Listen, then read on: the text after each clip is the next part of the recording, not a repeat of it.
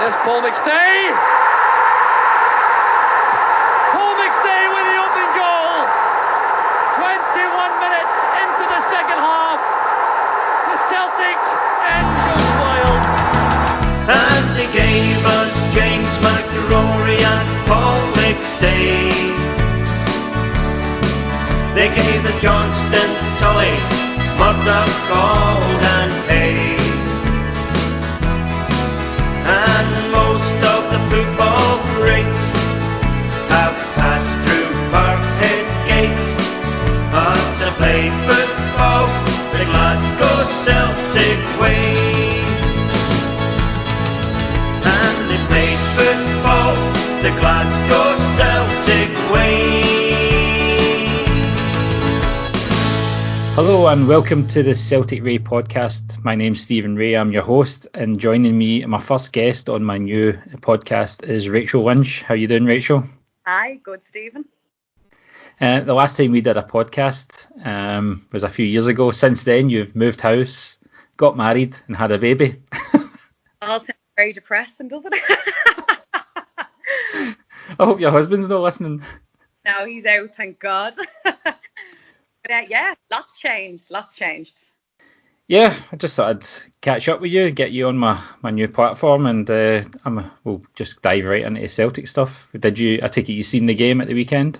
Did. It was a bit crazy having it back. I was delighted, but much like I'm sure everybody else, it's just mad times, isn't it, watching football now? It's just...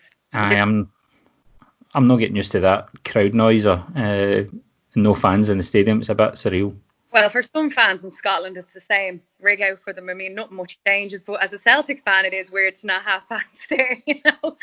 But, you know, in fairness, it's we're getting used to it. But I think that I wouldn't say I remember when first initially the German football came back, I was like, this is brilliant now. You know, we'll all sit down, we'll get into it. And nah, I wasn't having it. I actually thought, oh my God, we've missed football for so long. Has it changed our culture in enjoying it now? But I think we'll just enjoy it more when it gets back to normal. That's all it is. I hope so. So, the lineup, any surprises in the lineup for yourself? Well, I'm glad to see that we still have Edward.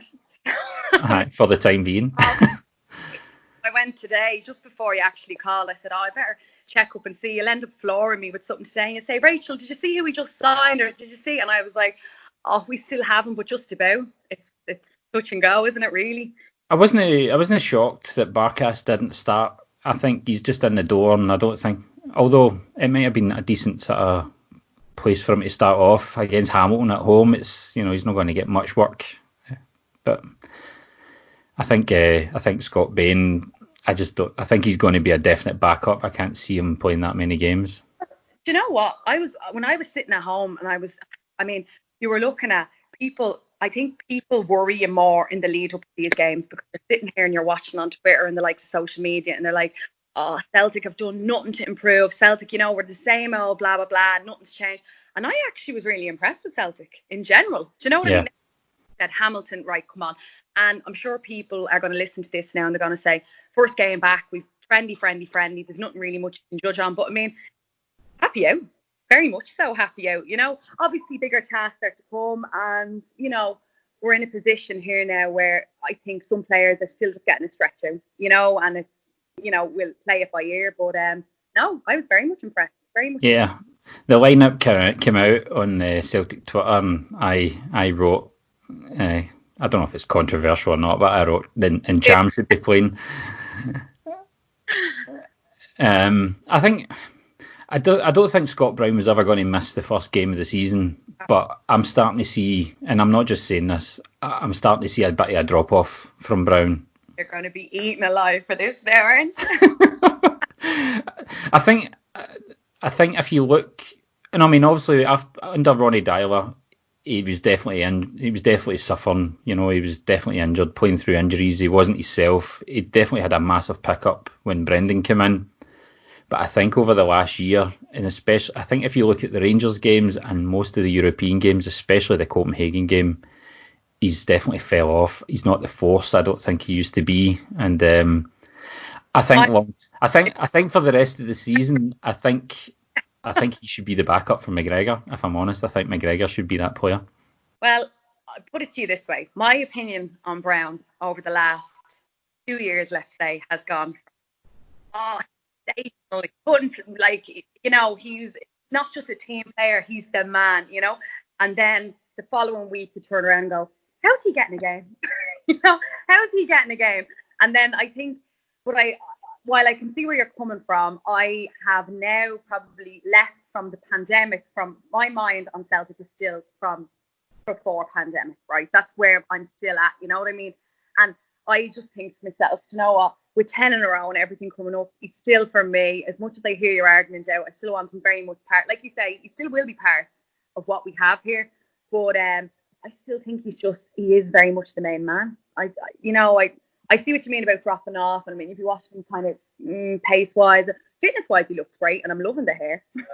I mean, See, you say he's the main man, but I mean, there was a stat came up, and McGregor was practically first for the whole league on every midfielder stat. I just think, if there's an issue, there was an issue when McGregor got floored and he's in there sort of sticking up for his teammates and stuff, and that's all great in hindsight, but I don't think he offers much going forward, and he's not winning as many battles as he used to. The stats are all out there that back it up, and I've seen some arguments basically saying, he makes other players round about him better, but then you could argue that other players round about him are having to make up for some of his drop-off. So I don't want this to turn into a Brown bashing. I do think he's got a massive role to play, but I just think picking him every week playing 90 minutes is just, I think you'll start to see a drop-off.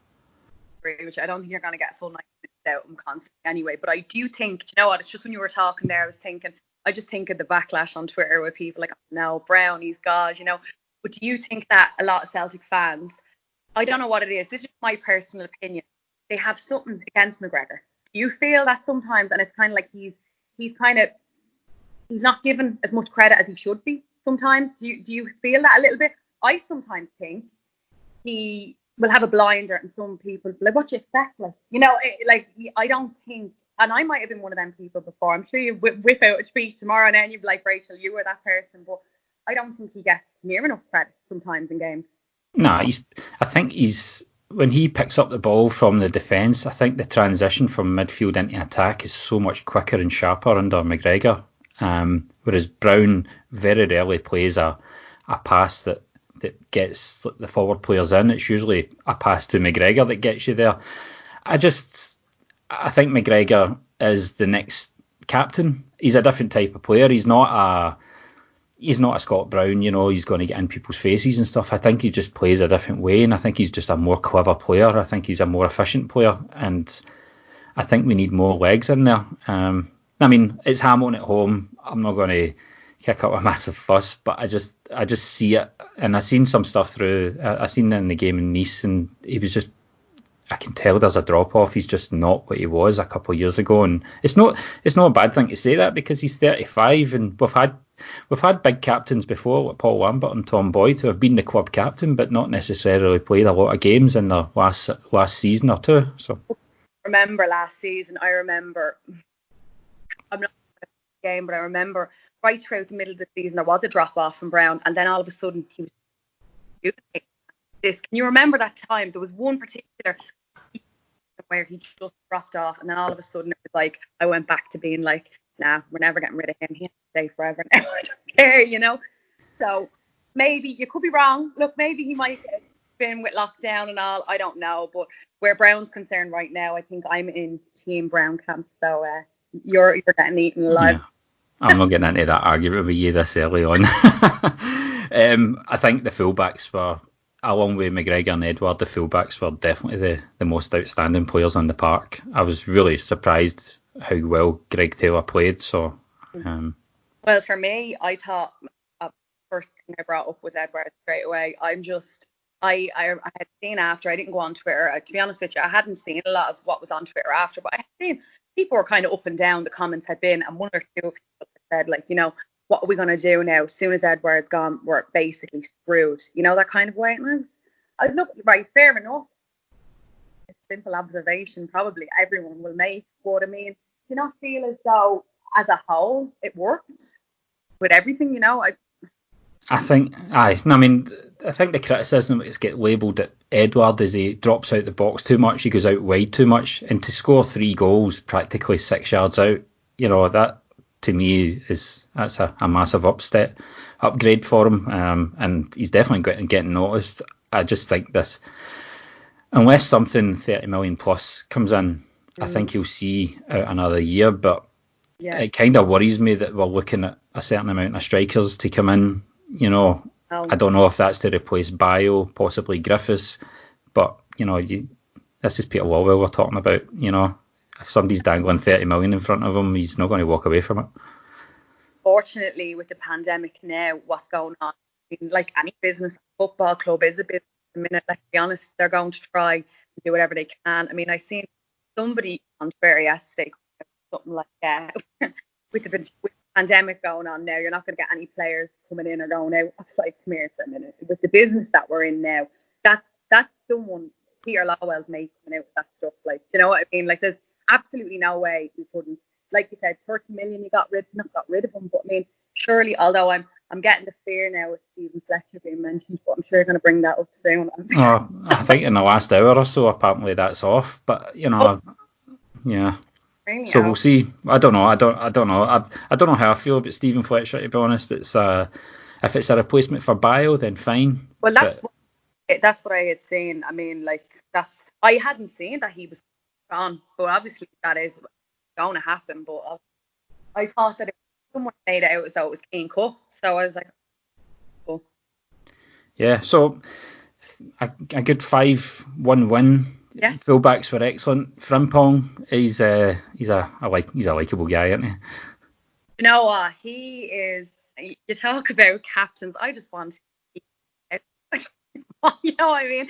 He's a gent. He's brilliant, and he was a great find. He was a great buy, definitely. Yeah. That, and he just brings so much. I think, not like, I don't know. I'm rambling on here now, but I think he's one of these. I think he's one of these players that just makes other players round about him have a smile on their face. He just, when he scored that goal, he was, so happy, and all the players are so happy for him. Yeah, class. Yeah. So, yeah, well, we've kind of spoke about Brown and Edward.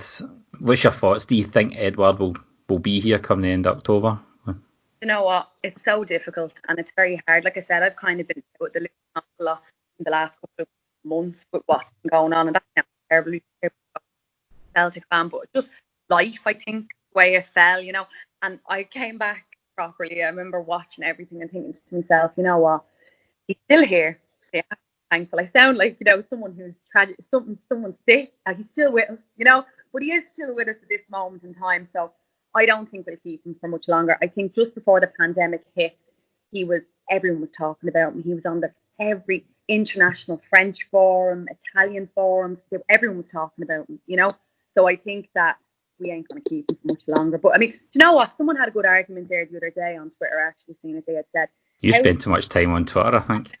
How do you like Edward, how important staying for 10 row is? And I kind of felt, I don't need to explain to him how important it is.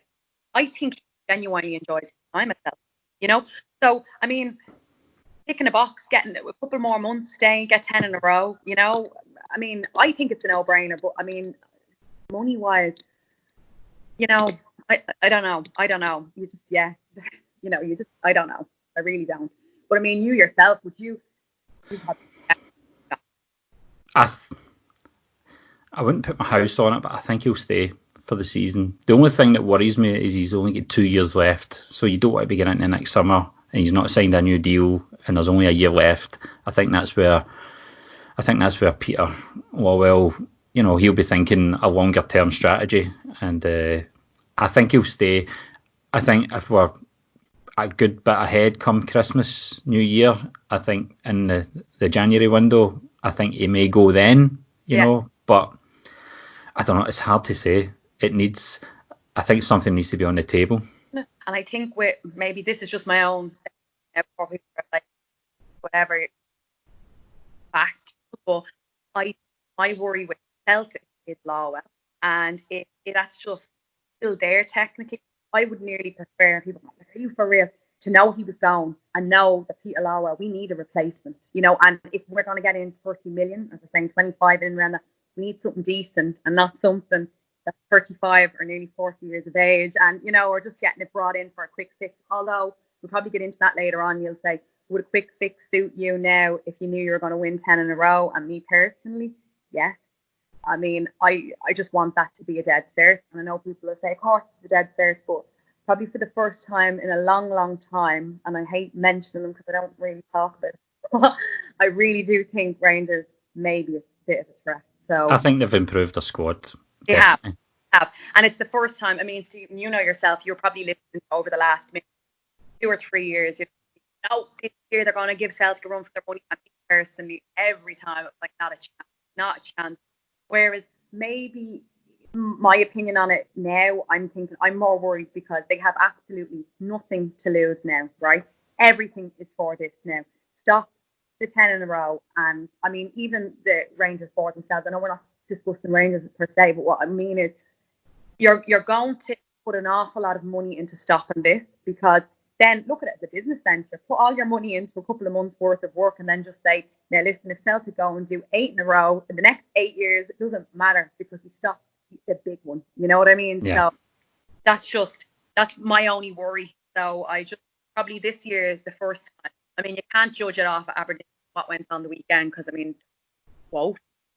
It was a pretty poor game, to be fair, and I think Aberdeen were really. I think the problem is, and I think what's going to make it a tough league is, I think because of the pandemic and the lack of funds available with other teams, I think that's going to make them weaker. So then, if Rangers can build up a consistency which they had in the first 6 months last year and win the games that they should be winning, then that's what's going to keep it close.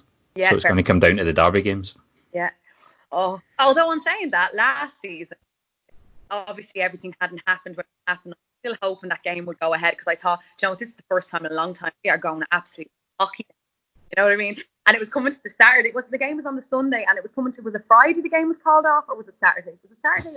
I think it was Friday night, possibly. And I remember just thinking, do you know what? It's so selfish. And I can say this now because at the time I didn't know how bad the pandemic was going to be. You know what?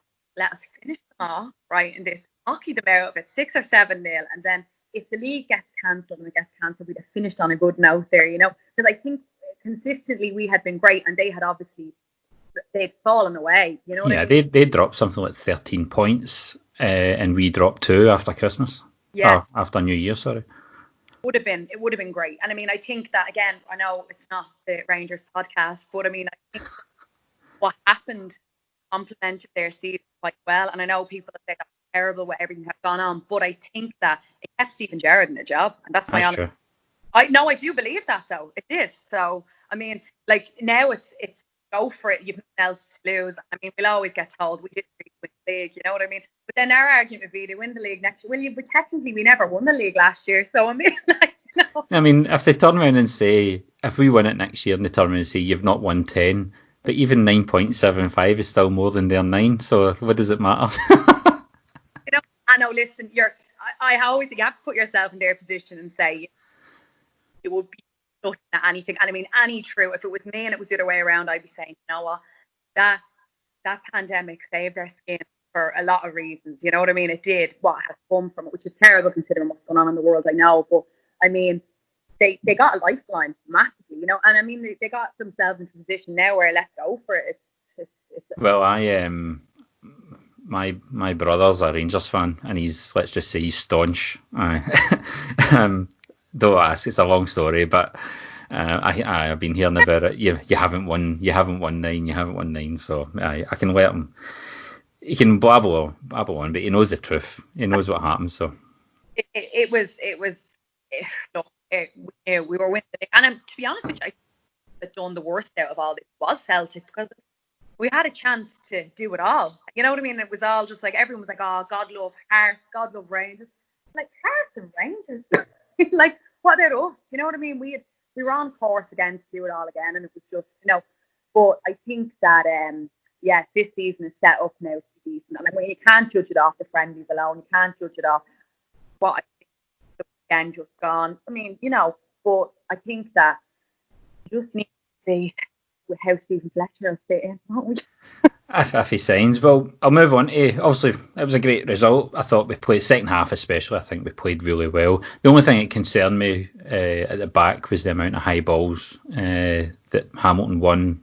You know, there was none really on target, but, you know, a better team with a better striker may capitalise on that. But transfers, obviously the outs have been Craig Gordon, Fraser Forster going back to Southampton, Jozo Simunovic and Johnny Hayes. And the ins so far is Moyle and Nusi and Barkas. We definitely need more, don't we? Now I think we're perfect. Are you related to Peter Lowell? It is worrying, Stephen, I'll be honest with you. And I think anyone listening say, although I am quite upbeat, as in like from what I've seen, but as you just said there, a better side than Hamilton is going to capitalise on a lot of the mistakes we had. And not mistakes as such, but a different style of play. You know what I mean? And I just think that, I mean, I have always been of the argument we can't just go in with 30 million blankly and just buy anything, right? There's 30 million, let's just buy it. And I've actually, over the years, I've commended not Lawwell, but Celtic to a degree, as in that we haven't just gone out with a blank check and bought someone to try and fit a hole. But see, this year, I don't care what they offer. If we end up in debt for the next 15 years, just cover that, you know, for now, because I think a lot of Celtic fans are getting quite worried now, a little bit, you know. I'm not worried. I think we need. I mean, I don't have as big a problem with ball and golly as some people, but I just don't think the manager trusts him. So if he's not going to play him, then we need another left back. I think we definitely need a centre half, but one that's a bit more robust than Aya and Julien. And we're obviously looking for a striker. So if we can get those players who are going to be, you know, potential walk straight into the side type players, then great. But I don't see the point in signing players who are just going to make up the squad, because we've had far too much of that. We should be constantly looking to improve a position, or at least two positions every year. But isn't it always been the case with Celtic? 9 times out of 10, it's been fantastic. We've always bought in feedback that turns out to be a little gem, you know. But I don't think that we have the time right now to, you know, let's have a little play around here, go along some of the kid squads and pick out this and pick out that, and, you know, hopefully we'll sell it on to Southampton 40 down the line, or, you know, I sound very impatient. I don't have time for this now. You know, I don't have time, but I kind of feel as though, like you said, we need to have a bit more, something consistent going to come in. I mean, the Griffith chat as well there a while ago. The argument of him being unfit, I mean, I was quite shocked to see that, because I mean, Lennon did come out, didn't he? And he did say he was unfit, but I mean, I didn't think he looked that unfit to me now.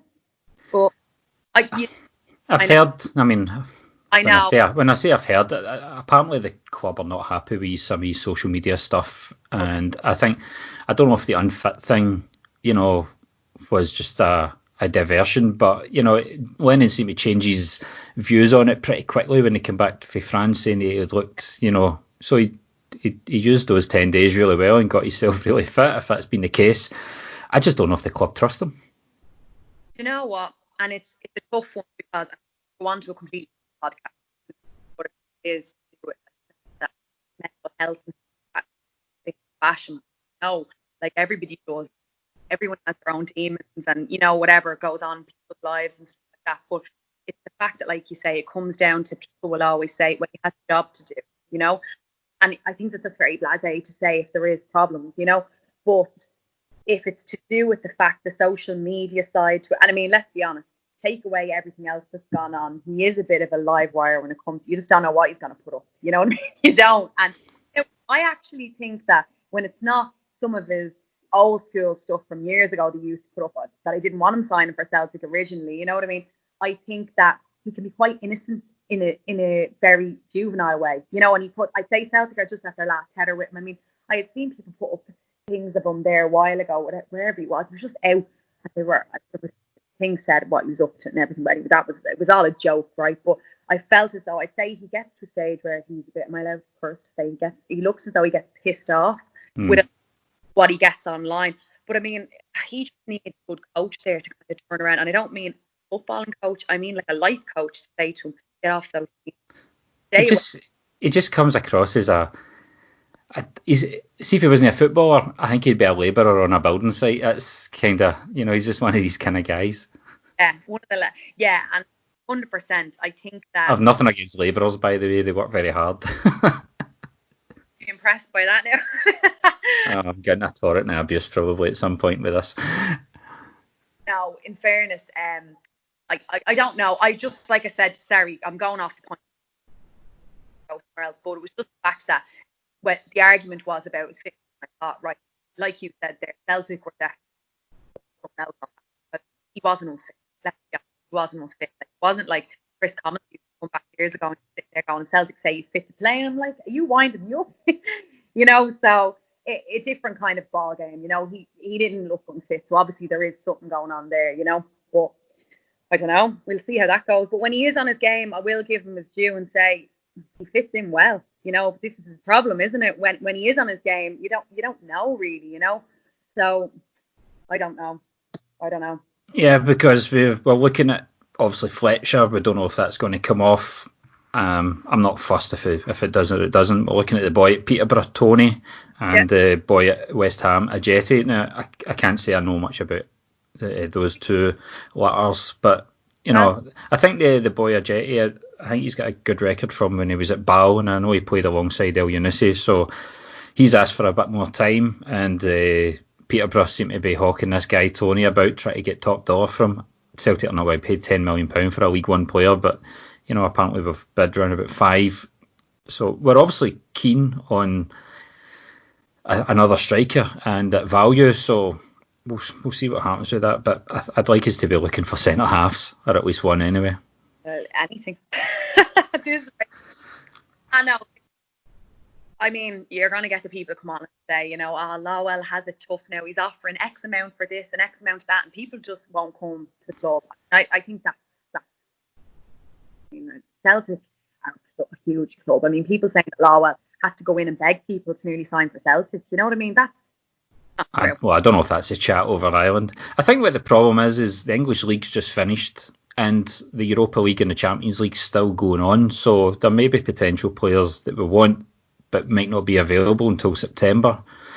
So, it's going to be a weird one this year. Yeah, we'll hold out and hope. I seen there was a lad from City as well noted there this morning that Celtic were looking as well. So look, once I just hear that we're out window shopping, that's a good start. That's why. Yeah, there's more came out this summer than normally any other summer. Normally the press have got nothing. Yeah. But I mean, is that because they're like a fire underneath us now because of stuff going on elsewhere? I don't know. I think fans. The pressure is going to be put on this season. I mean, have you even second thought that we mightn't win 10 in a row? Are you there yet, or are you? No, I'm not there yet. I don't think it's so much. I mean, I think Rangers will be more consistent. I do think they will bring more of a challenge. I think anyone who thinks it's going to be a cakewalk, I think they're living in cuckoo land. I think Rangers are going to throw everything at it. I still think we're too good for them. I was on the Sky Sports new football podcast. They asked me to put in a 30-second audio clip, and I said on it that I think Celtic it will be tough, but I think in the end we'll win it by 10 points because we'll just have a wee bit too much in the last 10 games, so to speak. But I think the derby games are going to be massive, and I think the last 4 or 5 derby games we've not played that well. Even in the one that we won at Celtic Park when Lennon first came back, good part of that second half, Rangers dominated even with 10 men.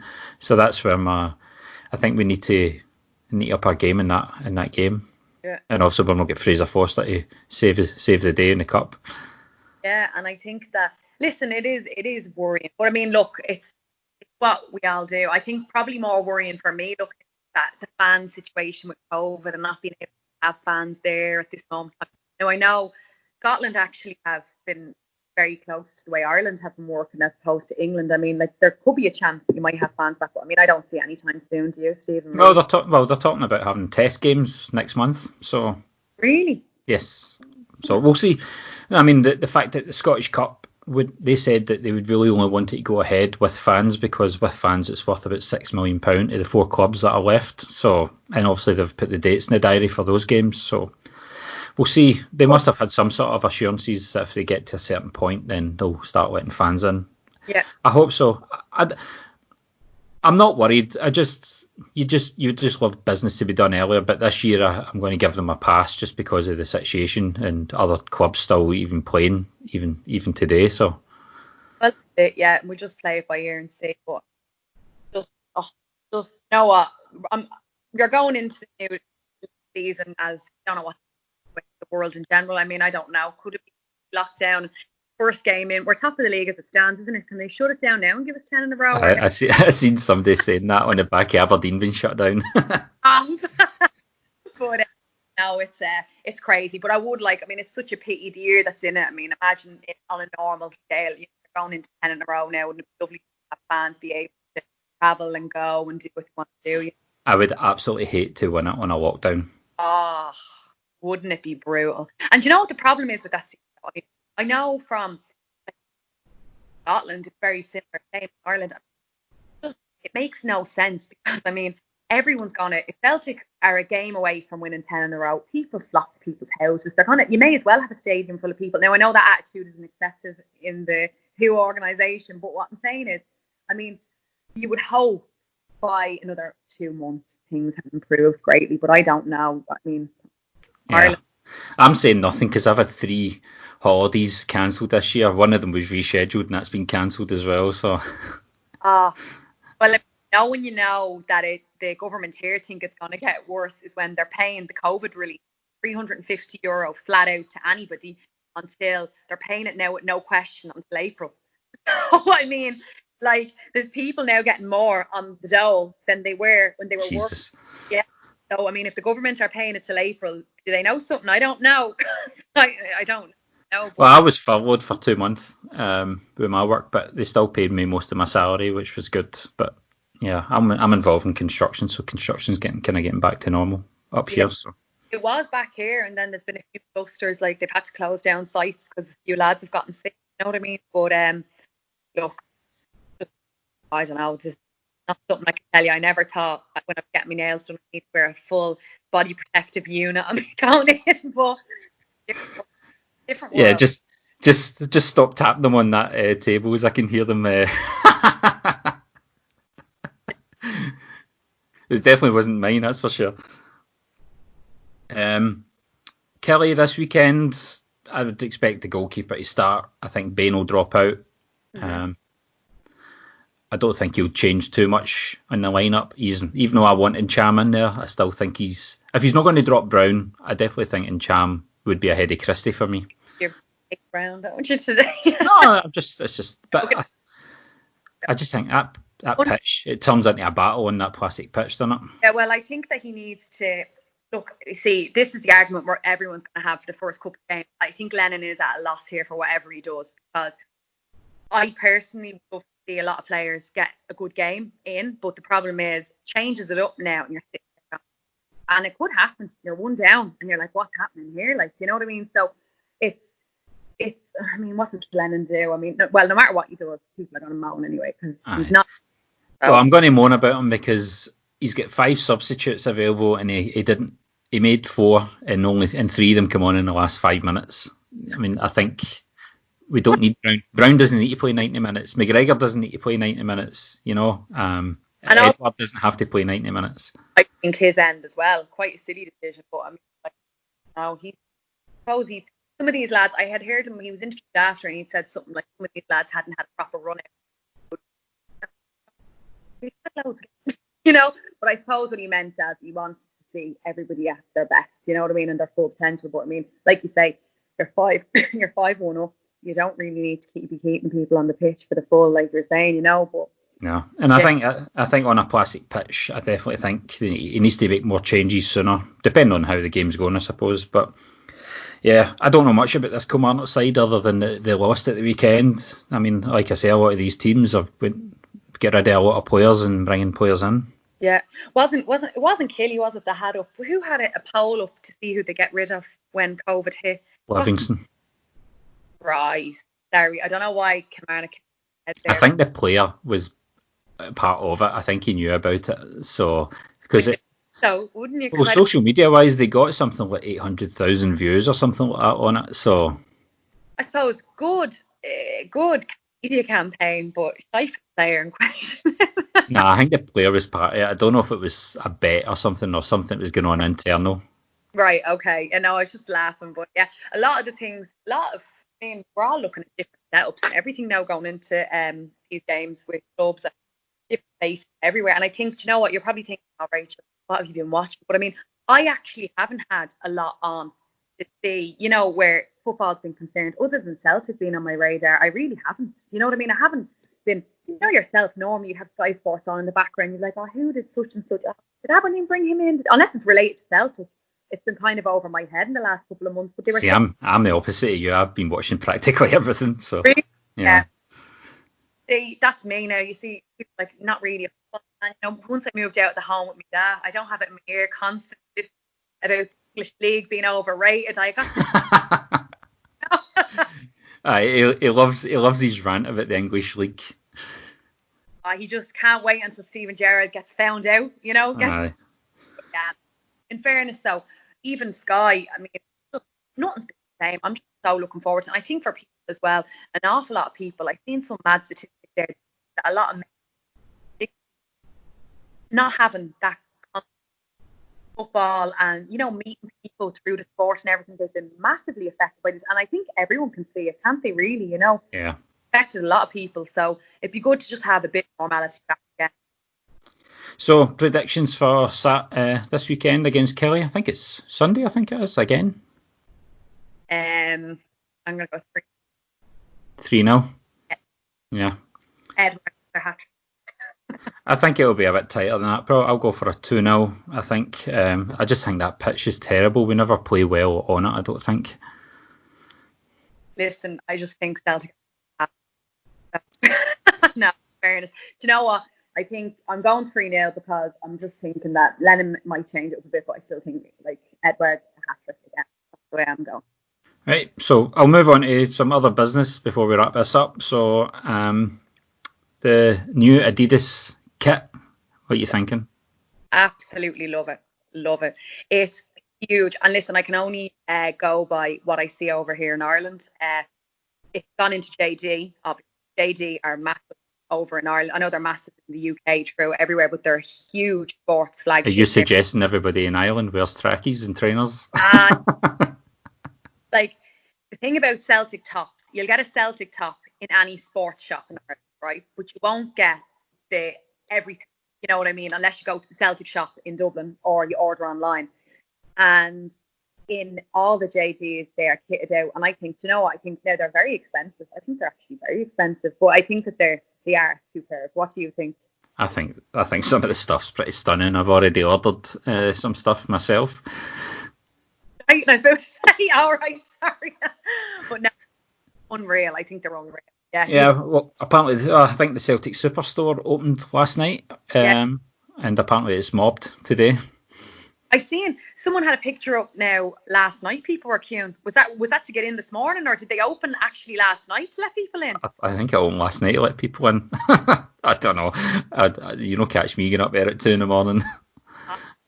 That unfair. I mean, you want to see the didn't they open up? They opened up all their stores now again. I know they've one in Belfast or Newry, I think it is. They've one in Dublin. They have obviously Celtic one. They've another one down in Glasgow across from Baker Street. There is that open back up? I think that's getting refurbed. Is it? Yeah. Well, yeah. I mean, all of, but well, most of them I think now since the COVID closure. But that Adidas sponsorship is something like absolutely unreal. It really is. Even the hoodies, I think, now they'll never get as good as my favourite, obviously, was the tricolour. I've still got that. Oh yeah. Oh, stop. No, that was unreal, I thought. And the Black Magic ones they had years ago, the kit thing, I thought it was fabulous. But I'm loving the colour stripes. I mean, they did definitely miss a trick. I thought they could have done green, white, and orange down. You know what I mean? But, I don't think they were going to go that far. That far, being a huge brand now. But in fairness, no, it's seriously, it is. virtual season tickets, I don't think it really applies to us because I don't think either one of us have got season tickets at the moment. I have. I did get one from a friend. So, Did you? in fairness, it's worked out well for some people. I mean, and I'll say one thing: Celtic TV is normally a nightmare. I mean, everyone knows what it's like. Yeah. But the virtual ticketing thing, I was given one from one of my very good friends in Scotland, lovely girl. She had 4 in her family, so they're all watching the same telly. You know what I mean? Like, look, I'll give you mine. And just don't name that person. Yeah, I watched it and I had no problems with Celtic TV now so far. So I'm hoping all this money they're investing into stream for people to watch, because I mean that's all people need, spending all that money now on a season ticket. Yeah. They seem to spend more money on trying to block illegal streams than the actual product for the Celtic TV on its own. Crazy. Well, I mean, I don't think has many people had many problems with it so far. I think a couple of the test games maybe, but I think it went okay on Sunday. Plus it was on Sky TV as well, so maybe not everyone was tuned into it. Yeah, but it was. I've had no problem yet with it. Well, my problem would be if she takes it off me. Yeah. Well, this weekend, I think it's Sunday or Monday, the Champions League draw is going to be made for Celtic. So I think we're seeded for all 4 qualifying rounds. It's one-off ties. It's a bit more no home and away, so it's a bit dodgy. It doesn't really suit us, does it? It doesn't. No. Really. To be fair, I think we've actually done better away from home. But I mean, it doesn't really suit us in terms of, Celtic could be 4-0 down. I'd be like, you know what? You never know in the next leg. Never know, So we're just screwed. Yeah. Well, I was a bit annoyed last night watching Copenhagen dispatch the Turkish champions quite easily, and I'm thinking that should have been us. But I actually seen you retweeted something there. Was to do with the stats, wasn't it? Or it was to do with the money. Fine. Aye. Yeah. Fantastic read, I have to say. Like, it actually just blasts anyone out of the water that ever cares to say that Celtic we're a punch getting into the stages. You know what I mean? No, it really well explained it, I have to say. It was the Swiss Ramble. It was a tweet for last year. It was a big thread that they'd done, and it was basically highlighting that based on the last 32 of last season's, I think, Celtic had the 12th highest wage budget from the last 32 and the 11th highest turnover from the last 32. Obviously, the top 5 or 6 was like Arsenal, Chelsea, Inter Milan, some huge clubs, but it just shows that I'm not saying Celtic should be semi-finalists, finalists of Europa League, but I definitely think we should be last 16, last 8, quite regular. The fact that we've not won a knockout tie since 2004 after Christmas. Crazy. That's...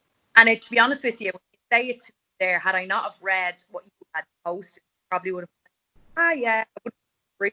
I haven't read it. There's actually there isn't when you read the money involved. And, it's just like clubs a lot further down the wage bracket to us have done an awful lot better over time. And not even one of the, I can't remember what club it was now, I'm sure but I've read it. It wasn't a once off, they done really well. It was consistent, had done well over time. You know what I mean? So it is worrying. Not worrying. It's more people, I think, get themselves into a frame of mind that, Celtic have done well to just get here, And I think that falls into a category of a lot of people have that attitude. Or, we get hockeyed out of a 5-0. Like, what's that? Nothing. I think the only club that's knocked us out of the Champions League qualifiers with a bigger budget than us was Arsenal in 2009. Every other club that we've lost to, we've had a much bigger budget than. Isn't that crazy? Right. And the last team that we did knock out on a knockout tie after Christmas was Barcelona in 2004. So that's how far back we're going. David Marshall was only 19. So, and that was Peter Lawwell's first season, so it's all his fault. So. And that was, did you say 2004? Yeah.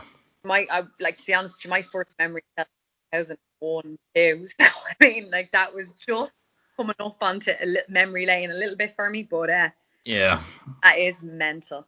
But no, look, this year, I don't know, I suppose everything's a write-off at this moment in time, isn't it? Don't know. I've read and I've heard some podcasts where people are saying don't care about Europe, it's all about the 10, But my argument is always, with Europe, it allows you to keep your big players for longer, and it allows you to buy better players at a higher standard. Yeah. I used to say that when you weigh it up, what do you want? You want to do well in Europe, or you want? For me, I've always said, why can't we, have a look to achieve both? But I suppose if you had a gun to my head now, obviously, is form. But I understand the logistics behind it. Your end, you're saying basically like you're not going to keep your big players just winning the league every year. You know what I mean? And that's a fact. That's not us bashing Celtic or the league. It's a fact. They want the glamour they want that. So for me, obviously with the COVID thing and obviously the clubs losing money with no fans getting into stadium, I don't know if they're going to lose as much as they thought, but I think if they can get into the Champions League, even if they don't do well and they get knocked out in the group stages, for me this season it would be acceptable because obviously what we're going for. But I think as a long-term strategy, Celtic should be doing both. I don't think there's an excuse, So. No, and I think, like you say, the money's still there. I mean, I think we're actually on the same. We're saying like, Celtic financially are still up there. You know what I mean? Right now with everything that's been going on. But I mean, obviously, not having the fans in the stadium and everything that comes with that on match day and stuff is obviously going to hit their pockets massively as well, But it's just definitely, I think that now looking at it, I'm like, yeah, we just win 10 in a row. Hopefully, I'm just very negative since having a baby. I think everything's no, we won't do it. I'm saying nothing. I don't know, maybe, hopefully, no, we have to do it. Jesus Christ, all that 9 years wasted now. It has to be done this year. I actually don't even care if we do it by a point once it's done at this rate, you know what I mean? So hopefully we'll do well now signing-wise the next couple of weeks and it'll be a different look Celtic. But I do think your first comment at the very start saying we are a stronger team, no question of doubt, no matter what. It's just, like you say, where we rose, lack of consistency from Rangers, that's not going to be there this year, I don't think. So we need to be continuously on our games, and the derbies are going to be the main ones that we're going to have to focus on. So, I watched something last weekend, and it kind of relates to what we are going for in the 10 in a row. So I watched this documentary on YouTube by Copa 90. So they covered the South American Champions League final from a couple of years ago. It was Boca Juniors versus River Plate. Right? It's a two-legged tie. It's one of the biggest derbies in the world. So they went there and they were meeting the fans of both sides. And there was one guy who was asked the question, if you can win this tie, but you lose every derby for the next 20 years, he's like, where do I sign? So...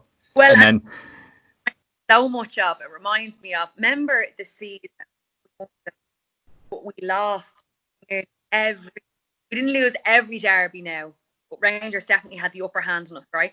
And at the end of the season, they had said, you know what, they feel like they've won the league because they came out on top this season over us time and time again. And I think with the thrill you get, right, we did win the league, but they got the real thrill, with the beating them. And that sounds pathetic, but I mean, I you know what,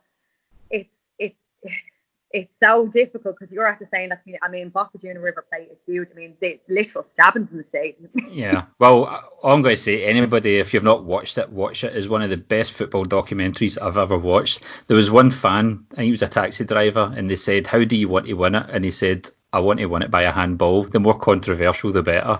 So that's how I feel about this season. Do you know what? Guess what?